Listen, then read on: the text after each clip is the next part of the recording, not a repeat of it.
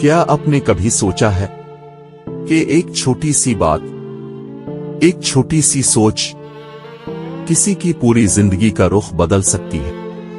आज मैं आपको हजरत उमर फारूक का एक ऐसा वाकया सुनाने जा रहा हूं जो न सिर्फ उनकी बल्कि आपकी जिंदगी भी हमेशा के लिए बदल देगा।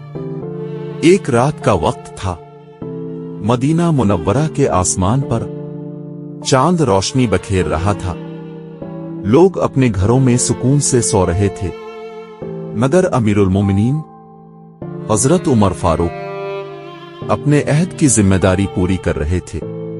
वो अक्सर रातों को शहर की गलियों में घूमा करते। इस रात जब वो एक पुरानी गली से गुजरे तो एक घर से हल्की सी गुफ्तगू की आवाज उनके कानों में पड़ी। उन्होंने कदम आहिस्ता कर लिए ताकि देख सकें कि क्या हो रहा है। घर के अंदर एक मां अपनी बेटी से कह रही थी, बेटी, दूध में थोड़ा पानी मिला दो ताकि ज्यादा हो जाए, आज बाजार में दाम भी अच्छे मिलेंगे। बेटी ने नरमी से जवाब दिया, अम्मी, अमीरुल मोमिनीन उमर ने मना किया है कि दूध में पानी मिलाना हराम है, ये धोखा है। मां ने हंस कर कहा, अरे बेटी, रात का वक्त है, ना उम्र देख रहे हैं ना कोई और, किसको पता चलेगा।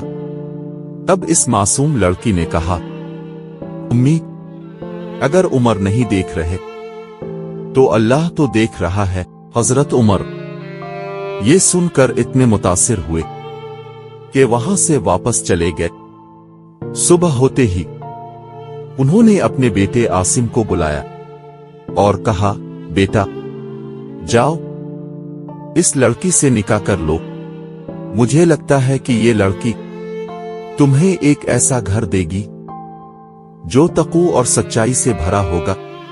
और वाकई इसी लड़की से हजरत उमर की नस्ल में वो लोग पैदा हुए जिनमें हजरत उमर बिन अब्दुलअज़ीज़ जैसे बुजुर्ग पैदा हुए जो अपने जमाने के एक अजीम खलीफा बने।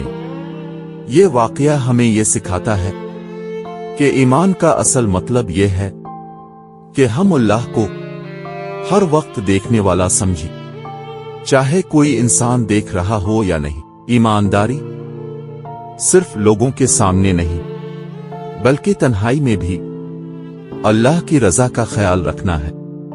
आज हम अपनी जिंदगी में कितनी छोटी छोटी जगहों पर समझौता कर लेते हैं, झूठ बोल देते हैं, वादा तोड़ देते हैं, चीजों में मिलावट कर लेते हैं।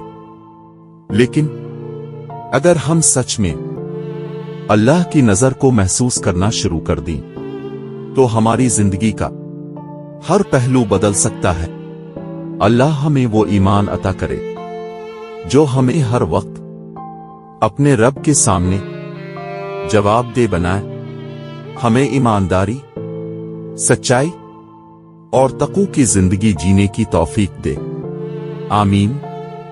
अगर आपको ये वाकया पसंद आया तो इस वीडियो को शेयर करें ताकि ये सबक ज्यादा से ज्यादा लोगों तक पहुंच सके।